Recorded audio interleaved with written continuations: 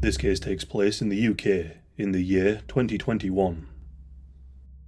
Meet the King family, David King the father, Heather King the mother, and their two sons, the eldest Henry King and the youngest Edward King.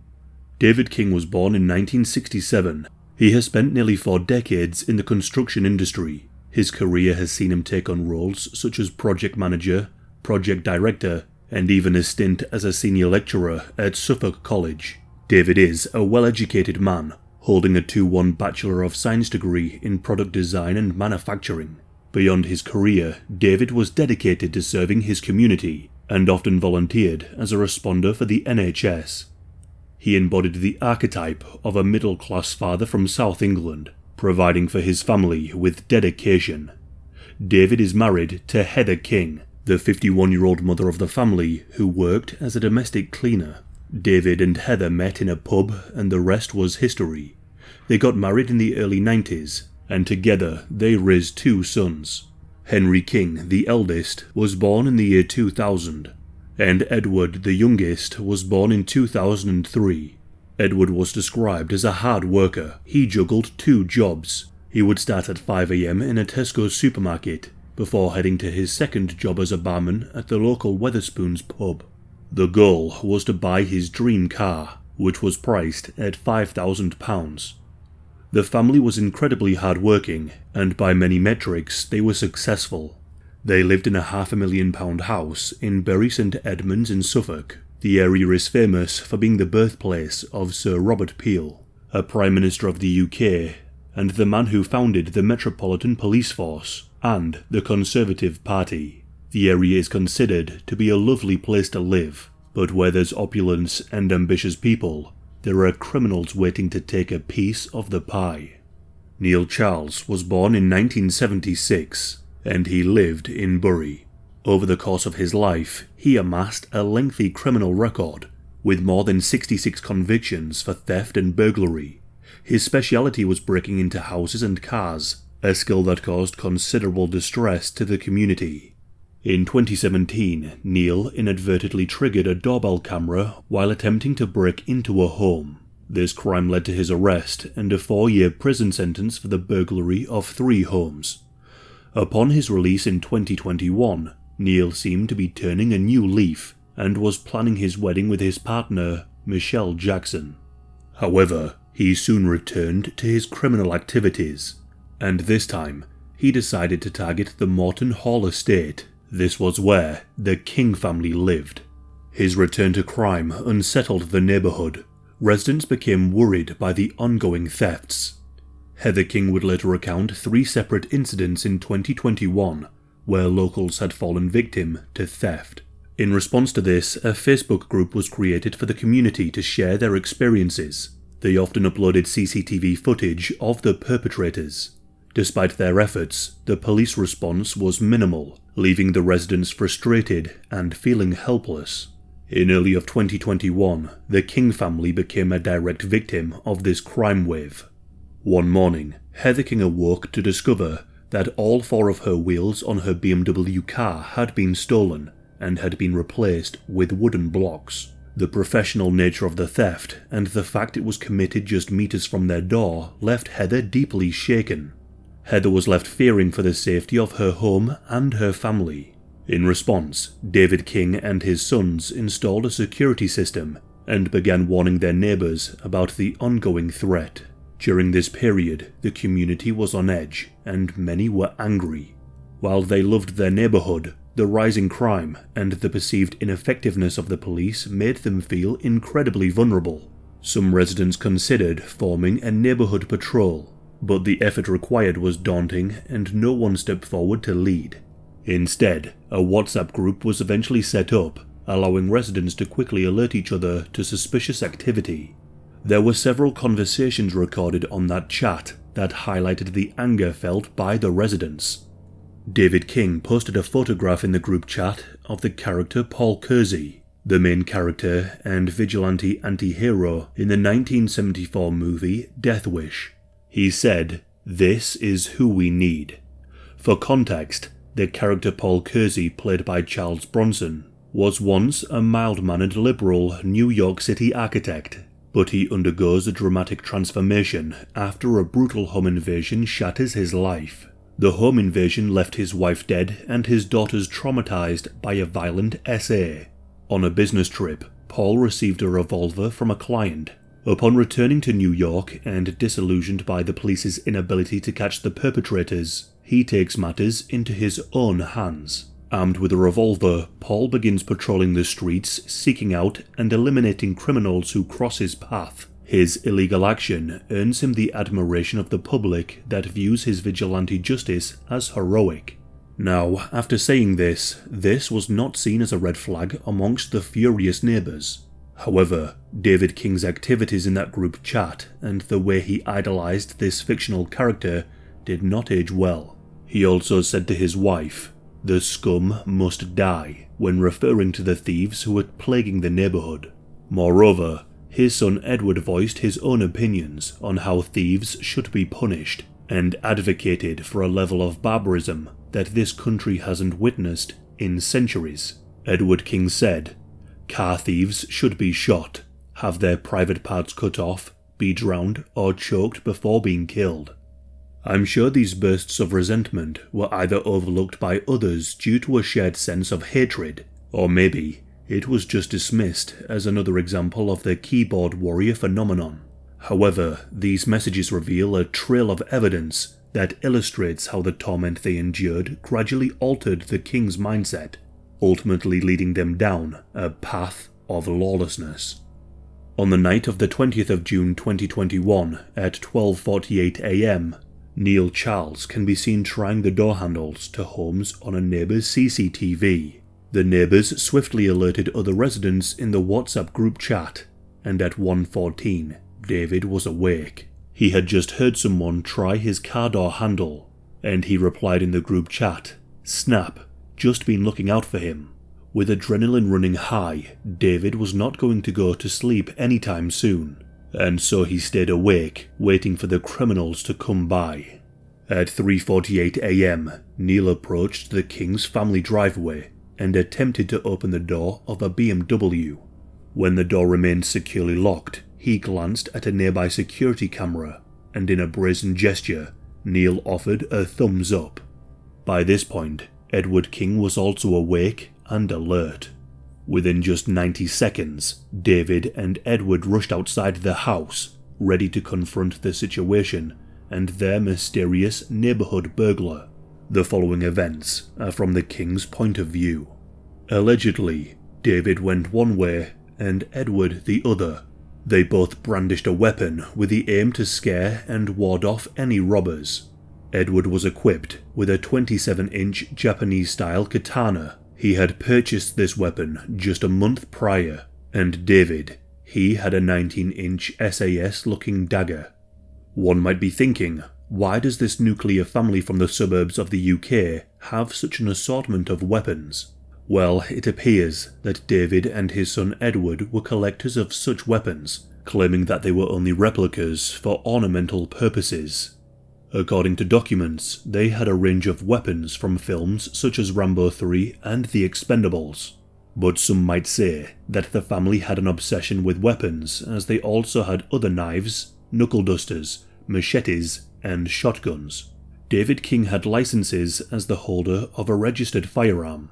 Nevertheless, according to the Kings, David came upon Neil trying to steal from another person's car. Neil was finally caught. Neil had been travelling with a bicycle, and he threw this bicycle towards David in a bid to hurt him. As the bike came towards David, it hit his hand and the SAS blade he brandished pierced the tyre. According to David, Neil apparently continued his frenzy by charging at David, despite him having a blade. In a strange standoff, Neil walked into the knife in David's hand. This resulted in both a gash on his left knee and a 12cm stab wound in his chest. According to David, this was due to Neil's own aggressive actions. After this, Neil staggered and stumbled from door to door shouting for help. He was so distressed as he hammered at a nearby door for help that he smashed the glass. This was the accounts of the King's point of view. At approximately 3:55 a.m, David King contacted the police, reporting that a man had just attempted to steal his car. During this call, he acknowledged that he had been carrying a knife. The police arrived at 4 a.m. to find David King in Winsdorf Road near his home, and they noticed Neil close by. Body camera footage was captured at the time the police arrived. Just before 1 o'clock, Yeah. the camera alarm went off, Okay. and there was somebody in the drive trying car doors. Yeah. Okay. Then I don't know how long ago it is now. About 10 minutes ago, the alarm went off again. Yeah. So I quickly threw on my clothes, came out, and found a guy trying car doors just here. I'll show you. Okay. He was in between those two grey cars there. Right. Okay. Trying a car door handle. Yeah. And I shouted at him, you know, what you doing? Yeah. I said, I know what you're up to. Yeah. And he came towards me and said, no mate, I'm just looking for a light. Got a lighter. Right. Yeah. Yeah. Okay. And I said, stay there. This went on a minute or so. Yeah. Yeah. He whacked his bike into me, which is how I got that bruise. Okay. So he was like this with the bike, and I stood where you are, and he was just going, no mate, and it went like that to try and get away. Yeah. Okay. And I had a knife in my hand, and then he ran at me. Okay. Right. And then he held himself there. Okay. And then he argued for a bit, and he seemed to be play acting a bit, if I'm honest. Okay. And then ran off. What's your name? David King. David. Just go and stand over there for me a minute, David. I'm just going to make a call, all right? Based on what's happened, okay, a man has just been found around the corner with serious injuries to his chest, okay? Right, okay. And for that reason, I'm going to be arresting you, okay, on suspicion of grievous bodily harm with intent, okay? So, do you mind if I go change? Because I haven't got any underpants Not at the moment. on. Okay, not at the minute. We'll I'd like bring to some extra clothes if you need to, but we And need I've got my to. house keys here. Can I at least give them just to my keep your wife? hands out your pockets, okay? Just, Oh, Mate, come listen, on. listen. mate, I know. just hold on a minute, Look, okay? Let me finish and let me explain things, okay? This is quite a serious offence, okay? I need you to stay in the clothes that you're in Okay. for evidential purposes, okay? Does that make sense? Well, yeah, but the bit that doesn't make Okay. sense is the fact that somebody's tried to Just let my No, let me colleague finish, right, okay? Yeah. You are remain under caution, okay? So I'll repeat that. You don't have to say anything, but at my own defence, if you do not mention, when questioned, something which you may later rely on in court, Yeah. anything you do say may be given evidence, okay? David, where is the knife? It's at home. Whereabouts? In the kitchen. Whereabouts in the kitchen? On the worktop. Okay, how big is it? Right, steak knife.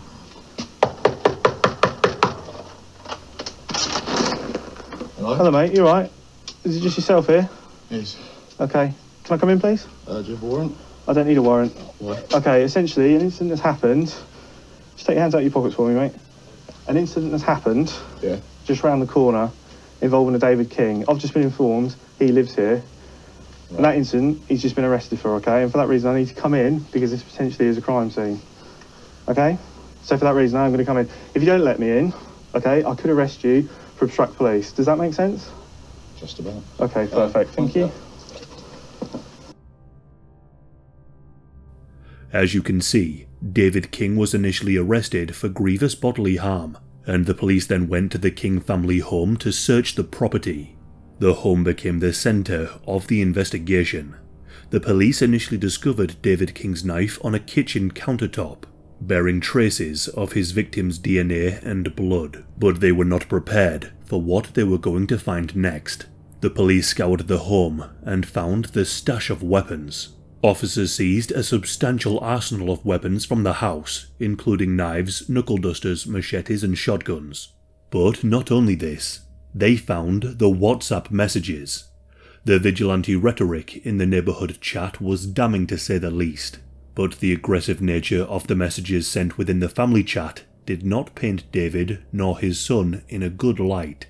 The police officers conducting the search also found another knife. Edward King's 27-inch sword and a 19-inch blade was discovered in the airing cupboard. By this point, the police knew that Edward was involved. So they conducted a quick search and found that Edward was serving a 12-month referral order at the time. a sentence that had been imposed after he held a machete at his former girlfriend. This new development led to Edward being arrested on the same charges as his father, with the belief that they both might have been responsible for causing harm to Neil. While the investigation was going on, Neil was in hospital in Cambridge fighting for his life. 2 days later, Neil succumbed to his injuries with a stab wound to his chest. Neil was a thief and a criminal, and one that showed no signs of stopping anytime soon, but many believed that he didn't deserve to die.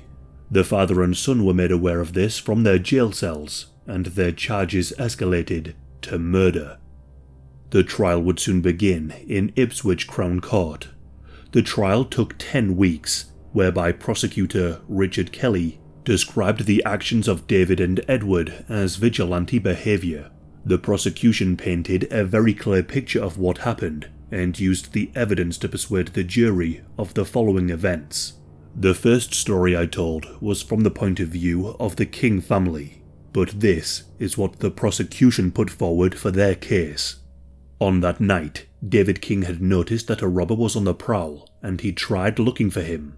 But he couldn't, and when he returned home, he and his son remained awake, blades in hand, just waiting for an opportunity to confront the criminal and seek their own form of justice. When the father and son rushed out of the house that night, they both had weapons in their hand. They ran in the direction of Neil together with the anger that they had harboured for weeks and months. Neil noticed that he was being pursued and he tried to escape on his bike, but Edward had caught up with him. With a single swing, Edward cut a gash in Neil's knee, which followed through to his bike tyre, which then popped. Both DNA and tyre residue was found on the samurai sword. With Neil's means for escape immobilised and his knee gravely wounded, his fate lay within the hands of the father and son duo. When David caught up to them, he knew he had the criminal who had been causing all of the torment in the surrounding area, and the man who traumatised his wife. In this moment, he could now become the man the neighbourhood needed, the man he idolised, Paul Kersey from the movie Death Wish. With the thought, "scum must die," embedded in his psyche, he took his SAS dagger and plunged it 5 inches into Neil's chest. In a panic, David turned to his son and told him to go home and to tell the police that he was not here with him at the time of the incident. Edward then fled from the scene, and David rang the police 38 seconds later. All the while, Neil stumbled away pleading for help. The police would arrive, and Neil would soon pass away from his injuries. The prosecutor Richard Kelly stated that the two had discussed death and violence against criminals. However, David's defendant claimed that such statements were his way of blowing off steam. His defense team then continued trying to explain that Neil was on the estate that night for no good reason, and that he was already on the estate for 3.5 hours trying to steal before the Kings found him. The defense argued that Neil didn't deserve death, but that nobody would be in the courts in this position if it wasn't for his criminality, arguing that David King was not the type of man to take a weapon to the street with the intention of causing serious harm to anyone. But the facts remain, he did. And then Edward's defendant said that he was immature at the time, and that he took the sword to wave around to scare off or ward off any attack on his house or on his vehicles. The father and son might not have desired to kill Neil, but they were planning to seriously harm him, and in this case, he did die. However, the Kings were steadfast in their story, and they tried to protect Edward from being imprisoned. The two pleaded not guilty to murder and were seeking manslaughter instead, but a jury of their peers decided that the pair hunted and killed Neil. The father and son were found guilty of murder. The judge sentenced David King, who inflicted the final wound, to life in prison with a minimum term of 21 years, meaning that he must serve 21 years before he can be considered for release. The judge then sentenced Edward King, who was just 18 years old at the time of the killing, to life in prison with a minimum term of 19 years. The father and son showed no reaction as they were led to their cells. Detective Chief Inspector Carl Nightingale made the following statement after the sentencing. "Today's sentence brings this case to a close. It will bring some element of closure to the family after David and Edward were convicted last May. The family have said the sentencing is positive, but there are no winners here. The trial proved that the actions of King were not spontaneous. David and Edward King have shown arrogance and contempt throughout. At no point have they shown any hint of genuine remorse or humanity for their actions, convincing themselves that they did nothing wrong at all. The vigilante conduct of David and Edward King has destroyed many lives, changed families, and has impacted their own community." End quote. And that it did. Neil's sister, who is a teaching assistant, was devastated by the news of her brother's murder. In an impact statement, she said, "Neil was not a nobody. He was an uncle, a son, a brother." When told of her brother's killer's fate, she made it clear that revenge is not a feeling that they share with the defendants. Neil's fiancée, Michelle Jackson, added, "We had a future together and were looking forward to it. He was loving, kind, caring, and not at all aggressive." As for the King family, the older brother Harry is left feeling that his life is on hold until his brother and father can leave prison, and Heather King still continues to fight and appeal for their release, claiming that the two were innocent. She lives day to day, wishing her days away.